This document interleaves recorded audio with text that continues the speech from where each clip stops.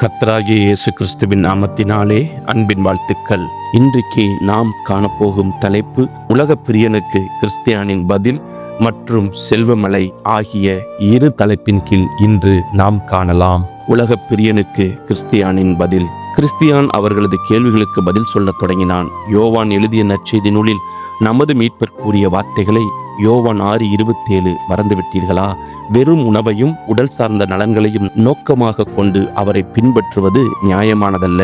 ஆண்டவர் பெயரை சொல்லியும் பக்தியை காட்டியும் இவ்வுலக வாழ்வுக்கான ஆதாயங்களை தேடிக்கொள்வது மிகவும் அநியாயம். தங்கள் போலி பக்தியை ஆதாயம் தேட பயன்படுத்துவோர் அஞ்ஞானிகள். வேதத்திலிருந்தே இதை போன்ற ஏமாற்றுக்காரர்களை பற்றிய எடுத்துக்காட்டுகளை கூறுகிறேன், ஒவ்வொன்றாக கேளுங்கள் என்று கூறி மீண்டும் தொடர்ந்தான் கிறிஸ்தியான்.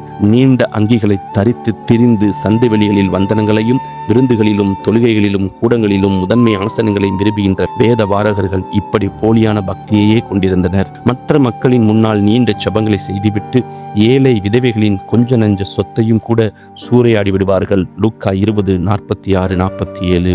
அவர்கள் கடும் தண்டனை தீர்ப்படைவார்கள் என்று நமது மீட்பர் கூறியுள்ளார் என்று கூறி மீண்டும் தொடர்ந்தான் கிறிஸ்தியான். யூதாசை பாருங்கள், அவனும் நமது மீட்பரின் சீடர்களின் ஒருவனாக இருந்தவன்தான். ஆனால் அவன் சிந்தனை முழுவதும் பணத்தை பற்றியதாகவே இருந்தது. பணத்துக்காக தனது மீட்பரியை காட்டிக் கொடுக்க அவன் தயங்கவில்லை. அவன் மீட்பரின் சீடனாக போலி வேடமிட்டிருந்தான். உண்மையில் அவன் பிசாசின் கூலிக்காரன். இறுதியில் நான்று கொண்டு மரித்த அவனுடைய நிலையை கண்ட பிறகாவது உங்கள் போலி பக்தியை மாற்றிக்கொள்ளக் கூடாதா என்று கேள்வி எழுப்பினான் கிறிஸ்தியான். அவர்களால் பதில் சொல்ல இயலவில்லை. கிறிஸ்தியான் மீண்டும் தொடர்ந்தான். பில்லி சூனியக்காரனாகிய சீமோனும் ஒளியான பக்தி வைராக்கியம் கொண்டிருந்தவன்தான். அப்போஸ்தலர் 8:10-23 வரை. பணம் சம்பாதிப்பதற்காக அவன் பரிசுத்த ஆவியை பெற விரும்பி அப்போஸ்தலனாகிய பேதுருவுக்கே லஞ்சம் கொடுக்க முன்வந்தான். தேவனுடைய வரத்தை பணத்தினாலே சம்பாதிக்க முடியாது என்று கூறி பேதுரு அவனை கடிந்து கொண்டார். இப்படி உலகத்தின் நன்மைகளுக்காக தனது விசுவாசத்தை பயன்படுத்துகிறவன் இறுதியில் உலகின் நன்மைகளுக்காக தன் விசுவாசத்தையே விட்டுவிடுவான் என்று கூறி முடித்தான் கிறிஸ்தியான். இவற்றை கேட்ட நால்வரும் பதில் கூறவே முடியவில்லை. ஒருவரை ஒருவர் பார்த்து திருதிருவென்று விழித்தனர்.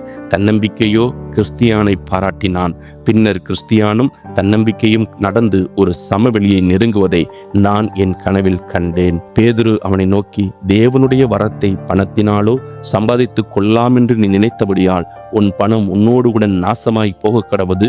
உன் இருதயம் தேவனுக்கு முன்பாக செம்மையாயிராதபடியால் இந்த விஷயத்தில் உனக்கு பங்குமில்லை பாகமுமில்லை. ஆகையால் நீ உன் துர்க்குணத்தை விட்டு மனம் திரும்பி தேவனை நோக்கி வேண்டிக்கொள். ஒருவேளை உன் இருதயத்தின் எண்ணம் உனக்கு மன்னிக்கப்படலாம். அப்போஸ்தலர் 8:20-22. அடுத்ததாக செல்வமலை. அந்த சமவெளிக்கு இளைப்பாறுமிடம் என்று பெயர். அவர்கள் இருவரும் அழகான அந்த சமவெளியை மகிழ்ச்சியோடு கடந்து சென்றார்கள். அது ஒரு குறுகிய சமவெளி. ஆதலால் வெகு விரைவாக அதனை கடந்து செல்வமலை என்ற பெயருடைய ஒரு மலைக்கு அருகே வந்து சேர்ந்தார்கள். அந்த மலையின் ஒரு வெள்ளிச் சுரங்கம் இருந்தது. அந்த வெள்ளிச் சுரங்கமாகிய உலக செல்வத்தின் மேல் ஆசை கொண்டு அருகே சென்ற பலர் சுரங்கத்தின் மணல் சரிந்து அதில் சிக்கி மாண்டு போனார்கள். வேறு பலர் கைகால்கள் எலும்புகள் முறிந்து சாகும் வரை முடவர்களாக வேதனைப்பட்டார்கள்.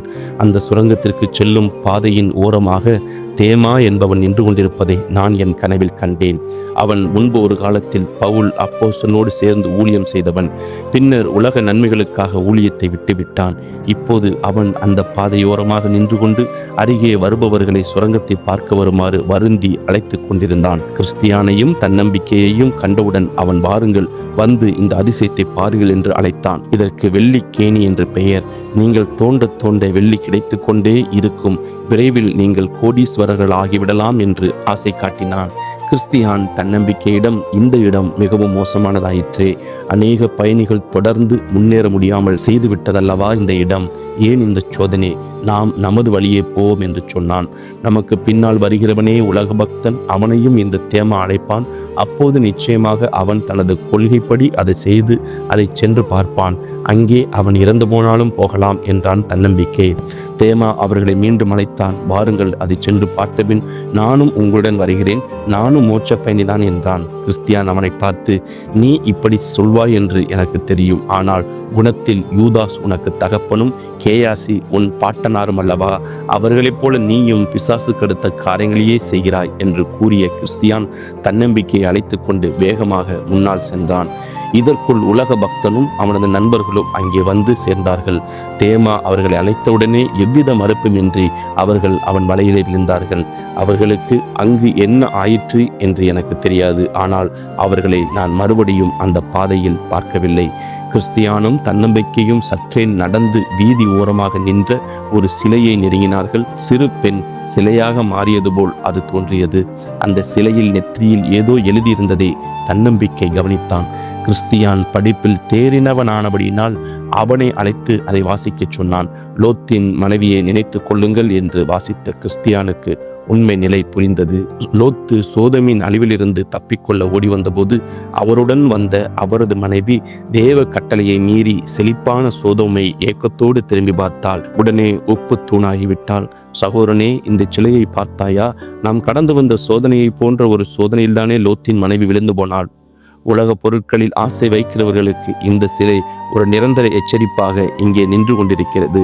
இந்த அழிவின் அடையாளங்களை கண்ட பின்னும் அழிவை நோக்கி சொல்லுகின்ற தேமா போன்றவர்கள் கடுமையான தண்டனைக்கு உரியவர்கள் போல்தான் தோன்றுகிறார்கள் என்றான் கிறிஸ்தியான்.